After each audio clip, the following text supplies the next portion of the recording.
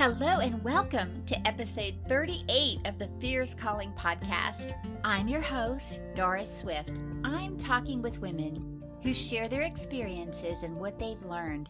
We talk about where they're taking action, where their passion, compassion, and conviction intersect, and how they're using their God-given gifts to impact the world for Christ. Because every woman of God has a fierce calling, and everybody has a story. So, let's tell them to glorify God and share what we know. And I hope this podcast inspires and encourages other women to step out of their doubt into their fierce calling and use their God-given gifts to impact the world for Christ. And that's you too, friend. In today's episode, The Fierce Calling Life, inspiration from a special needs mama and marketing strategist, I'm talking with my friend, Kim Stewart. She is a marketing strategist who helps authors, podcasters, and coaches strategically reach new readers and listeners with life-changing messages. She's also a wife, mama to two, and she shares her journey with us as a special needs mom. Kim is passionate about Jesus, fulfilling his fierce call in her life and helping others fulfill their call. I know what Kim has to say will inspire, challenge, and encourage you. So listen in while I have a chat with Kim Stewart. Hello and welcome to another episode of the Fierce Calling podcast. And today I welcome my friend Kim Stewart. She's a marketing strategist who is passionate about helping Christian communicators reach more readers and listeners with their God-given messages. Most days you'll find her behind the keyboard putting her gifts and strengths of administration, service, and strategic thinking to use for his glory, which is a fierce calling. And we're going to also hear about her role and her fierce calling as a special needs mom, which is going to really bless a lot of listeners today. So welcome to the show, Kim. Thanks so much, Doris, for having me. It's so fun to be here. I know. I'm so excited. So share a little bit about yourself and maybe about what you were thinking when I invited you to be on the show. Yeah. So my first thought was, no, when you asked me, right? I said, no, that's not really what I'm doing right now. And I don't feel comfortable being a podcast guest. I'm not a speaker or anything like that. But I do help Christian communicators, as you mentioned in the introduction. And I'm super passionate about that. I really feel like all of us have a story to tell of what God's done in our lives and our fierce calling that he's called us to. And I think if we don't share it, we're not honoring him like we should. And I think all of us have a story, whether it's something that's going on in our motherhood like I've had, or their marriage, or just their daily lives, they're walking out their faith, or, in their businesses, there's just some kind of lesson we've learned along the way, or just even sharing about the struggle we're going through so that other people know they're not alone in it. I just think we need to honor God and do that. So yeah, when you asked me, I was just like, yeah, no, that's not what I do. I just do the behind the scenes work, and I love helping other people do that themselves. But yeah, recently God's kind of shown me that that's not fair. I should be doing that too. And maybe somebody would benefit from me sharing my message as well. Yeah. So yeah, thanks. So yeah, I'm so glad God, put us together recently at the Spark conference, which was so fun, and definitely a God calling that he sat us next to each other because he knew we needed to meet and become friends. So I'm so thankful for that. Yes, I am so thankful for that too. And Spark was amazing. My listeners are going to go, is that the only place she was the entire year? Because It might be. talked about it. And it's like, yes. I mean, it's right before the shelter in place stuff happened and all of that. So, but just besides that though, God put that all together for connections and for us to learn and grow and do what he's calling us to do. And I love how you were explaining all of that, because every woman of God has a fierce calling. And sometimes they might not, they'll start comparing like things about, well, I don't know if I have something to say that will impact someone, or this is what I do. Or like you were saying, you're kind of behind the scenes, but your role is so crucial.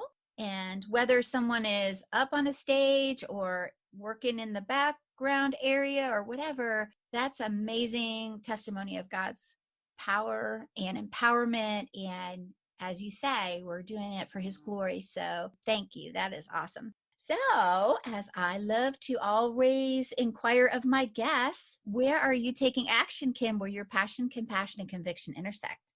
Well, as you mentioned, professionally is, being behind the scenes and helping other women share their messages of, what God's called them to and their fierce calling, and just having them share it with other people. But it did start from my personal journey as a special needs mom. And I have an adult son with autism. And so that's brought some unique challenges to our family, to our marriage. And I think, I can't remember exactly what year it was, but it's been several years ago that I was kind of just processing through some things of some of the challenges I've gone through as being a special needs mom, and just how I've dealt with that, and luckily my husband is super patient and super faithful to God. And so we just kind of knew that he had this, we really did feel like we're saying, you have this, God, like, he's yours, his autism is yours. But I think the reality of it was I wasn't really walking that out. And so I led, just myself to find other ways to cope with it when I thought I was coping with it well. And one of my son's therapists actually had kind of pointed out to me, she was getting her PhD at the time, and she's super wise for a very young woman. And so she was like, I think I see some coping mechanisms that aren't really healthy in you that you're not really recognizing. And one of them was like choosing food, returning to food, not turning to God. And others were like just me being kind of a control freak about it all. I just wanted to make sure even though I said God's got this, I wanted to be the mom that had it. I wanted to be in control of everything that was going on in his life.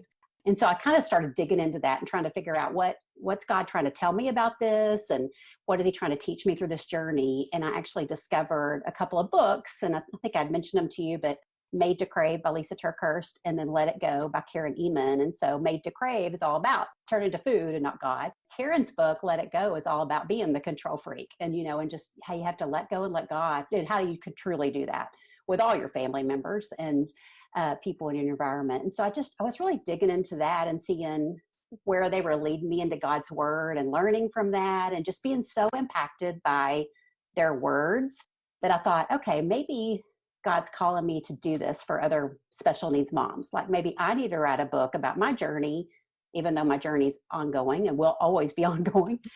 I just kind of felt like maybe he's calling me to that. And so I had signed up to go to their writing conference, or speaking and writing conference they have every year. She speaks. So I really was like so gung-ho. I didn't know anybody. And I was just like, okay, I just feel this calling. I got to go. And my husband was so supportive. And, there's 800 women there. And when you don't know a soul, you feel so lonely. But I made some incredible lifelong friendships through that. But, and I learned a ton, it was amazing. I was like, okay, I can do this. I can start a blog. I can write a book and, really help other special needs moms. And then I got back home and kind of just put it aside. And I really felt like God was like, okay, we got some work to do. Like, you don't need to be writing a book and sharing your story because you haven't even worked through it. We got a lot of work to do, me and you one-on-one. So I kind of just shelved it. And then the next year I felt the call again, like maybe he's saying, it's time, this is a time for your fierce calling, other than just being, you're a special needs mom. That's one of your fierce callings for sure. But maybe you can help other people. And so I went back again thinking, okay, I got to write a blog, got to start a book. And I really felt heavy on my heart meeting people that time and hearing some of the speakers that what he was really calling me to was to be behind the scenes and use my gifts, like you mentioned, of administration and helping and my background in marketing to help others. So I just felt like all throughout the conference, I was learning about the marketing piece of it. And then like, as we would sit down at breaks and at lunch and at dinner, women were sharing their fears of sharing their stories. Like they loved to write, they didn't want to have to talk about it. And I was just instantly in strategy mode and being like, oh, here's what you can do. And here's what you can do. Here's what you can do. And it just was like this heavy feeling of, wow, this is what he's been calling me to all along. Like I still have this journey to walk on with him as a special needs mom, but here's where he wants me to go professionally and just help other women share their message. So that's where I feel like today I'm serving out my fierce calling. And I just want to encourage other women to do the same thing and just, just get out there and share your message. And, there's women that are dying to hear it, whether it's one woman, which I know you talk about a lot, you might just be reaching one person and you could totally impact their lives as others have impacted mine. And so, I just want to help people do that through my calling. Yeah. Thank you. That is amazing how God does that, and he sends us places and puts people in our paths. We don't realize it at first. It's like we think we're there for one purpose, and then he starts opening our eyes to, oh, okay. and like your gifts just started flowing while you were sitting at that table, and that realization came to you that you were supposed to do this. This is what he Mm-hmm. wanted you to do. And I love that. And yeah, I have all those books that you mentioned. Mm-hmm. And just going to that conference was such a blessing that you were able Mm-hmm. to, first of all, break away from your responsibilities to go and see what God had for you there. Mm-hmm. I love how you Yes. shared Yeah, that. it's a big time commitment, a big financial commitment, and God just made the way for it to happen. And yeah, it's an incredible conference. I highly recommend it this year. They are not doing the in-person conference. Obviously, they're doing it online. So I highly recommend anybody that's interested in writing or speaking. And I'm sure eventually they'll probably do a lot more podcasting, topics that they have done in the Yeah. past. But it's just an incredible learning experience, and you just can't get anywhere else, I don't think. Yeah, and a great opportunity because it's online this year. Mhm. So, women that have not previously been able to attend, this is the time to do it. Yes. And thank you again for sharing about your special needs journey with your son. How was it in the beginning? Like, when was the first realization that this was the way God was moving you in your lives together, that your son was going to need some special care, and how he was equipping you for that? Yeah, it was when my son, it was right before his second birthday, and we had our second son. And we just started noticing some things were going on where he kind of was more withdrawn than he had been before. And he didn't have a lot of words. He was like a late talker, but he had words. And so he kind of just stopped using them as he should. And so we were kind of concerned, but our doctor said, you just have a new baby. He's reacting to the new baby in the house. And this is so typical. Everything you're talking about is very typical of a new baby in the house. So we kind of thought, okay, well, they're the professionals, they know. And so then we just kept seeing more and more of it. So we just started reaching out for more help. And it was just before his third birthday, he was officially diagnosed. And we didn't know anything about autism. And we didn't know anybody that had children with autism anywhere. And luckily, a neighbor that lived by us found out about our son being diagnosed, and he connected me with another family in the area who this mom had just literally came home from the hospital that day from having birth to her like third or fourth child. And she got on the phone with me and talked to me for hours. It was what a blessing that was, and a totally God thing. And she just walked me through everything she knew and let me ask her any questions I had. And then, we just jumped right on it and started getting help for him. And that was like one of my coping mechanisms was I just immediately was like, I need to read every single book possible on autism. There's no podcast. So I just kind of obsessed with it and just was like, I've got to know everything about everything and be in control of all of it. Yeah. And I just remember my husband came home from work one day and he just saw the bed was just spread out with books. Who knows what the kids were doing at that time. And he just immediately said, look, God's got this and we're not going to do this. We're not going to go crazy and let it just uproar our lives. I mean, obviously it's going to, but we're not going to let everything else stop. Our marriage is important, and we have 2 children, and so that was such a good advice for me. And he's had to do that many, many, many, many times through the journey. But yeah, it was such a shock because we didn't know what it was. I think we both knew there was something up, but we weren't sure what it was. And luckily, when he was diagnosed, there was hope. That, we kept hearing from other families that were older, their children were older, how there wasn't any hope when they were diagnosed. And they were just basically told their kids would be institutionalized and just set yourself up for that. And so luckily we didn't have that going on. And so we saw the right professionals and they started him on a therapeutic journey. And we've had amazing women and men both that have helped him every year. It's just like God's just led the most perfect therapists, the most perfect teachers in our school system. And yeah, it's just been mind-boggling how that's worked out for him. So that's helped us, again, just believe in him that he's going to come through this. It's not going to be an easy journey, but he is going to come through for us. And we have an amazing church family. I can't remember if I'd shared with you, but we have a huge special needs ministry. I mean, it's sad, right, that there's all these families with special needs, but it's been such a blessing because it's just, it's moms that will sit by you and cry with you and just be like, this sucks and we hate it. And, but it is what it is. And there's a reason God called us to be special needs moms. And so luckily we have a huge church family that comes around us and prays for us and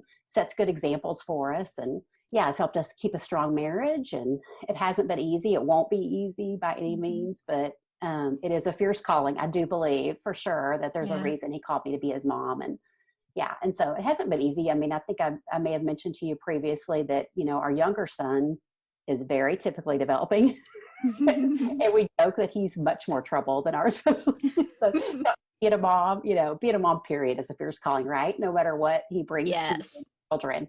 So yeah, it's not always easy no matter what, but God will provide for sure. Yeah. It's amazing about what you're saying, the community that you have that kind of builds over time and how you can share with each other. And community is so crucial, Yes. and thanks again for sharing about your journey with having to let go of that control, because as women, we do want to be able to have control over things to make things good for people, like our loved Hmm. ones.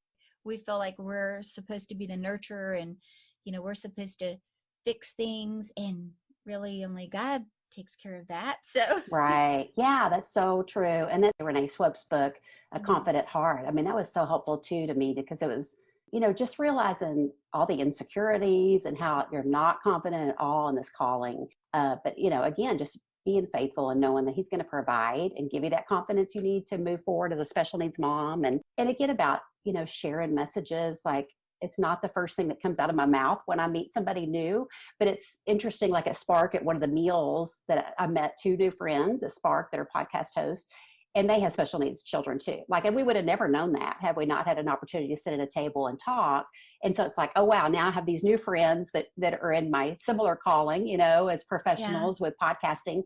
But then they're also special needs moms that I can turn to and ask for advice because they have, children a little bit older. And it's just so interesting to see how God provides that community for you when you're not even looking for it. Yeah. And what an important ministry to have, at your church, to be able Hmm. to minister to others just beginning their journey, and allow those that have been through the journey, like you were saying earlier, that some are like you've experienced this for years, and you can speak hope and wisdom into the lives of those that, maybe are behind you coming along, and how you can help them too. Yeah, but with our church, we're so surprised when we hear from other parents, like they can't go to church, like they don't have in their church, they may not have a special needs ministry set up, whether that's just they just don't know about how to do it, or Mhm. they don't have the staff to do it. And that's so sad. Like, I just can't imagine if we hadn't been able to go to church and have a church family, where we'd be at on this journey. So I hope that if a mom should be out there listening that, is a special needs mom or knows a special needs mom, to be sure and reach out to them and ask them about their church life and their church family. And if they don't have one, there might be, like our church, we have a special needs ministry on Sundays, but we also have a support group that meets in person when we're able to meet in person. That's just specifically for the parents to get together, but it's open to our community. So they could go to another church or not even have a church family and be able to come to that support group. And it's been so nice to just see how they're impacted by it and how their kids are impacted by it. So tell us too, because you are also involved in the Soupmobile Church. Mm-hmm. Can you tell us a little bit about that? Because that was really intriguing when I heard that you were involved with that. Yeah, so that's been something we've done during the pandemic. And it's a really neat organization, a nonprofit organization down in downtown Dallas. So I'm here in Dallas, Texas. And we just found out about them through a day program that my son is involved in. And so it's called Heroes. And they have our day program for adults with special needs. And they're really big on serving the community. So they're always looking for opportunities to do that. And so I don't know how long ago they found this organization. And so it is a church for the homeless to come to in downtown Dallas.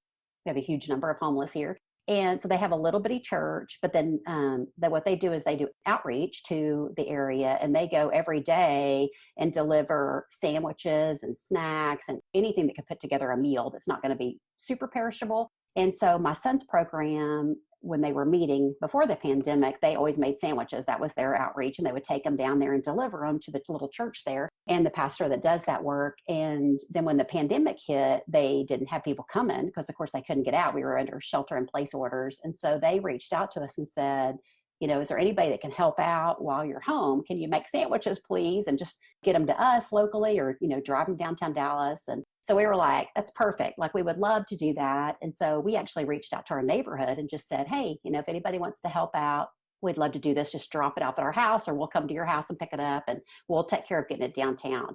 And so I don't remember how many, we did it for 8 straight weeks of the pandemic. And we would just have hundreds and hundreds and hundreds of sandwiches and snacks to take down there. So we always had to take like 2 carfuls, and it was just an incredible opportunity that we got to meet some of the neighbors. We live in a very close-knit, house-wise, location-wise neighborhood, but we don't know a lot of our neighbors. And especially as our kids have gotten older, you just don't interact like you used to. Right. So it was nice to meet neighbors. They'd be reaching out to us, and I'm like, I don't know who this is, but they got to come to the door. We got to briefly meet them. Mm-hmm. And then my younger son would typically be outside of the home working constantly. And so because of the pandemic, his store was shut down. So he was home and able to serve alongside us. So it was an incredible time of our family getting to serve together, but then an incredible time of being able to serve with our community, for our community. And so, my son's still continuing to do it through his day program. But it was such a special time and such a neat organization for sure. And they've been on the news and stuff, and we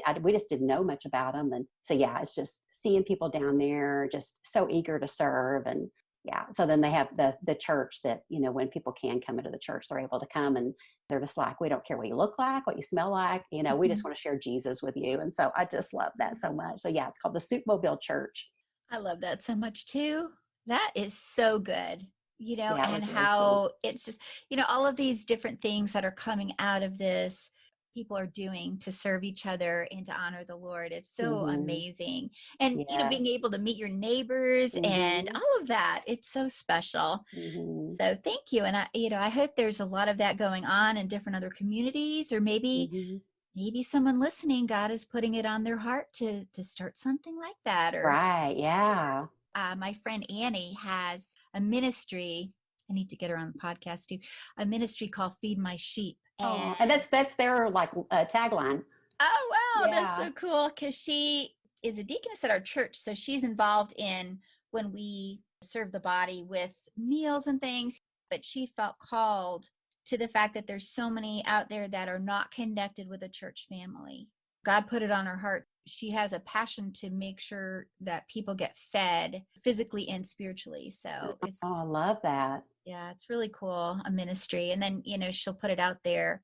She uses that website, Take Them a Meal, and then people just sign mm-hmm. up and can just minister to people who don't, have a church family, and many are not believers. And so it's a great way to share Jesus with them and just some love and make connections. And there's been a lot that has come through there that God has done. So thank you for sharing about the Soupmobile, because that really fascinated me when I saw that, and I thought, we can talk about that. So yeah, it's a really great organization. Very cool. So we're going to switch gears a little bit now and talk about Kim's marketing strategist stuff. So I know that you were talking about God kind of birthed that in you when you were seeing how you can help others in communicating his message. So how does that work, Kim? How do people start working with you, and how did you begin laying out what you do? Well, so when I first felt the calling, social media marketing was the big thing. It was just really coming on, where people were using Facebook and Instagram to share their messages with new readers and listeners and clients. And so that's kind of where I started. Is I really just started by serving some of my favorite authors and just asking, hey, can I, is there anything I could do to help you? And, I really feel this is my calling, but I need to get some experience under my belt, because I had corporate marketing experience, but I didn't have experience with authors typically. And that's where I felt the calling to be, was to serve them. So luckily, a lot of them said yes, they'd love to work with me. And so that's kind of where I started with social media marketing. And then as it kind of plateaued into, when it comes to strategy, you kind of see all the big picture, right? Because you're usually using social media marketing to kind of lead them to your email list. And so kind of diving into how can we use our emails in a marketing way, and how can we be really strategic about it. And so that's just kind of morphed over the years of serving in a lot of different ways like that. Just whatever component can help bring their message to new people, as well as serve their existing readers. But, whether they're heading into a book launch, I've done book launches in the past too, and helped lead book launch teams, and just really anything under that umbrella of marketing. But over the last year, I've kind of honed it down to really the podcast, because I'm such a podcast junkie. And I've learned a lot from books, I've also learned a lot from podcasts. And of course, as a mom, it's so much easier to digest podcasts than it is a book or a blog. Right. And I'm a firm believer in that. It's just like anytime I think of anything, it's just like I want to go search for a podcast on it, because it's just so much easier to listen and just queue them all up and just binge. I love to binge on TV, so I also love to binge on podcasts. And so, yeah, I just have felt like that's probably where I need to be spending more of my time serving, is helping women share their messages through podcasting. So like you as a host or me as a guest. And so when the Spark conference, of course, when that came up in February, I was just like really honing in on that. And so I was like, okay, now I need to go learn just more of the behind the scenes of podcasting. And I wanted to hear from hosts specifically, challenges they had, and how guests could serve them better, and just really learn more about that. So I wasn't going to learn about starting a podcast, but I wanted to learn about serving the podcasters better. So as I mentioned, that was just an incredible time of learning and connections. And so that's what I kind of started doing, was helping people pitch themselves to be a guest on podcasts. As you know, I've pitched one for you. Mm-hmm. So I love that work. But what I noticed, at least in our community of Christian communicators, I think there's probably a bigger need for the strategy, because I think a lot of women, they would do it themselves, but they really needed that strategic approach to it. And so, you don't know to just throw the spaghetti at the wall and hope it sticks. You really want to be strategic about it. So just recently, I've been kind of honing in on more of that piece of it, because I think a lot of women, either they want to do it themselves, because usually what happens is, like, when they decide they're going to do it, they need to do it now. Like, they're on it, especially like if they're self-publishing a book, they're just like, okay, I need to be on a podcast tomorrow. And so they want to know how to do it themselves, but they needed to be able to do it strategically. And so during the pandemic, I kind of had, I guess we're still during a pandemic, but I had kind of put eyes on all my services, because I was like, my son with autism is home, everybody's home. It's really difficult to work. So, but I'm trying to gear that all back up. But I really feel like I need to hone it in on the strategy piece and just help women be able to do it themselves, or have a VA do it for them. But if they have the whole package of everything's in place, they could turn it over to a VA to implement it. So that right now is what I'm offering, is just the strategic approach to it. So women can book an hour strategy session, and we can just answer any questions and go through anything you have. Like, maybe you've already started pitching yourself, or you're just starting to pitch yourself and you have lots of questions and want to know how to do it in the most strategic way to save you the most time. And then I'm also working towards offering more of kind of like an intensive approach to it. So maybe a little deeper into the strategy, and maybe a little more done for you work on my end that I can then turn over to somebody to help implement it. So yeah, that's where I'm at today with it. And I love it. Love connecting with podcast hosts, and just, again, connecting with women that have a God-given message to share. And I just want to help them do that as best I can. Yeah, I can totally tell. And I love yeah, I'm very passionate about it. Yes, you have such passion about it. And that's just amazing. And thank you. That was Krista Hutchins that you connected with me. It was such a great conversation. Oh, I loved having her on. She was great and so encouraging. And so I thank you for that, because that was amazing. And yeah, you just have such a passion for this and helping others. Yeah. And I think as far as the podcast pitching, or your ideal readers are tuning into, because sometimes I think we automatically think, okay, well, I love these 10 podcasts, so I want to be on these 10 podcasts. Yeah. But you may not think through, but wait a minute, I've got a book, or I've got a course or a membership, or the specific message obviously burning on my heart that's only for this specific woman, hopefully, and where is she listening? So she may not even be listening to my top 10 podcasts that I listen to. So I definitely want to be strategic and going after the right ones. And so that's what I help is kind of just putting together, how are we going to go about this strategically? So we're going to pick the right podcast and put together what is our topics we're pitching. I know a lot of women struggle with that. I mean, if they're speakers, they sometimes have topics already, but if they're not, or they might have something from their book, but they may not see that as a message for a podcast. And so some people need help developing that. And then, just pulling together the right podcast that would be good to reach out to, and the podcast host information, and putting all that together in a package that then they could turn it over to a VA, or they could just do it themselves. I mean, some people I think are like, let me just get it all together. And then like next month, I might pitch to a couple of podcasts, and next month I might pitch to a couple of podcasts. They'll just do it on their own time schedule. but they need that upfront strategy work done first. So yeah, that's so amazing too, because it saves so much time for them to do the things that they were really called to do, so that they can have someone like Kim to help, with the strategy and all of that kind of thing. So that's amazing. Yeah. And I love doing that. And a lot of us don't always Yeah. see, how we can share. I know a lot of people, it's still new, right? The podcasting world, and they don't think about, I think we still think of like guest blogging. Like we would typically, ask somebody, can I do a guest post on your blog? And that's still a very popular way to share your message too. But now podcasting is just, it's so huge. And women like me are listening to them like crazy. Yeah. So, why not, just kind of have to shift that thinking of, okay, instead of a guest blog, what do I guest podcast? And, helping women figure out, I do have something to share on podcast, and how can I go about doing that? Yeah. And how will it really benefit me? Like, do I have any goals it'll help me reach? And just helping women through that as love.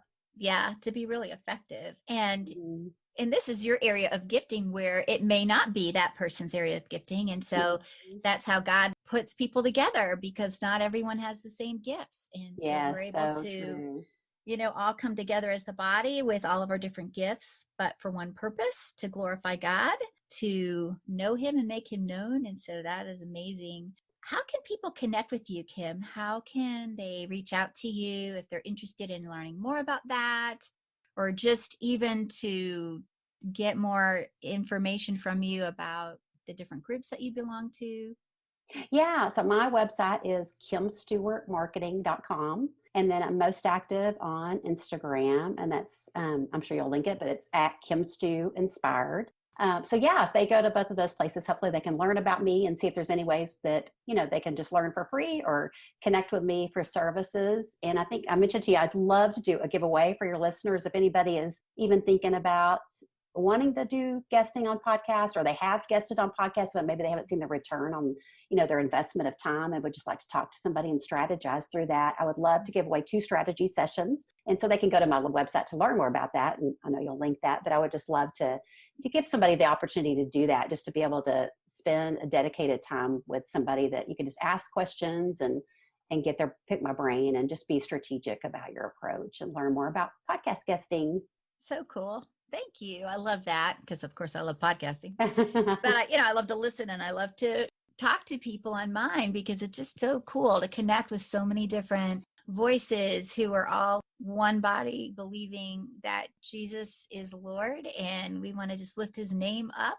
And that's great. So I hope our listeners today will connect with you and check out your sites. And like you said, I'll put all of those links in the show notes for them so they can find you. Yeah. Hey, and I was going to say, by the way, if I didn't tell you already, congratulations on your feature in Podcast Magazine. So obviously I'm not the only one that loves your podcast and thinks you're doing an amazing job at it. I know there's lots of other women that feel the same way. That just blesses me so much. Thank you. God is so good. Like, okay, God, what is this? I was, I've told the story before, just not long ago. I was like, what is a podcast? And why would I have one? And what would I do? And then God just like, okay, this is going to be your podcast. Mm-hmm. It was kind of similar to a book that I was working on. So he just opens that door and says, this is what I want you to do. And I just am amazed, because similarly as you help with marketing strategy, I love to have guests come on and just share how God is using them in great and mighty ways for his glory. And the purpose is to inspire and encourage women that no matter what life brings and the difficult challenges and all of that, God still has a calling, and God still wants to use us. And God has a fierce calling for every woman of God. And even though sometimes they may not see it right away, or they may feel like maybe what they've done, or where they've been, or what's been done to them, or the struggles that they're going through right now, that they have nothing to offer, that's really not true.